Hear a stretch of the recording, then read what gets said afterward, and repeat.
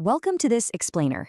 Today we're going to break down some fundamental rules of electronics by solving a brilliantly simple visual puzzle. If you're into designing DIY electronics, or maybe you're just looking to optimize your power systems, well, you are definitely in the right place.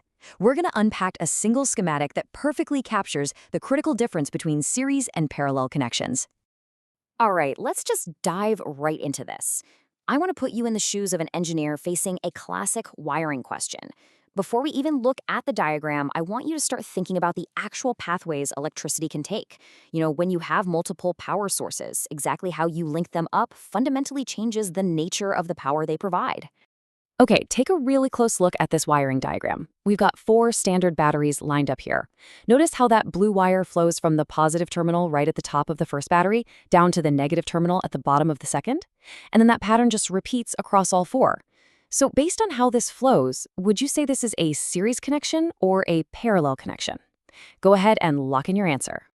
Section 1. Decoding series connections.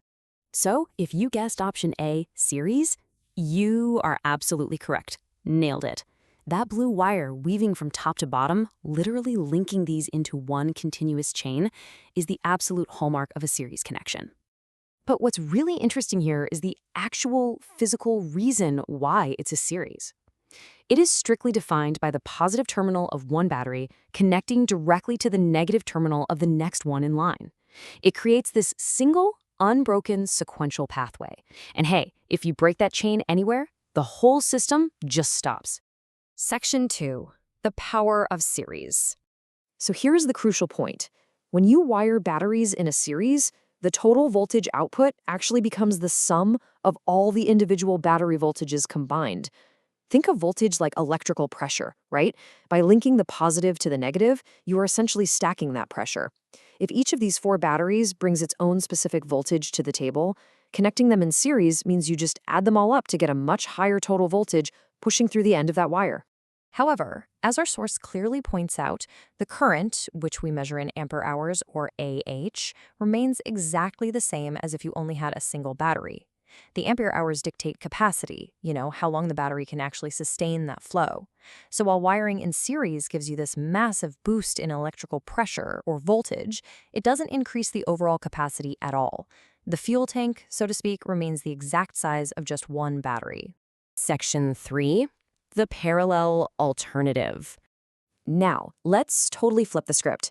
If you were to wire these same 4 batteries in a parallel connection instead, the rule of reciprocity kicks in.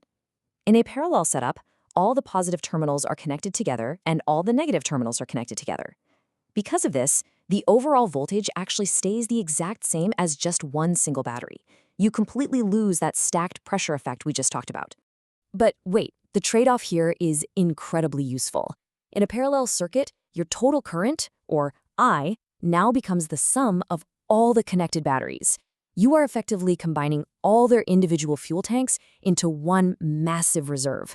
So the electrical pressure doesn't increase, but the amount of time you can draw that power before the batteries die, that goes way, way up. Section 4. Comparing your power options. And this perfectly simple comparison brilliantly illustrates the ultimate takeaway from our source. Really, it all comes down to what you need for your specific application. Series connections boost your voltage, summing it all up while keeping the current flat.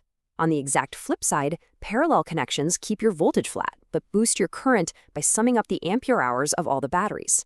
It's just a perfect, elegant trade-off between electrical pressure and electrical capacity. Based on these beautifully simple rules, you now have the knowledge to decide exactly how to power your own creations. The next time you open a battery compartment, take a second to look at the metal contacts. Are they forcing the batteries head to tail to build voltage or side by side to build capacity? You now have the engineer's perspective to decode the circuitry right in front of you. So I'll leave you with this. What kind of power is your next big idea going to require?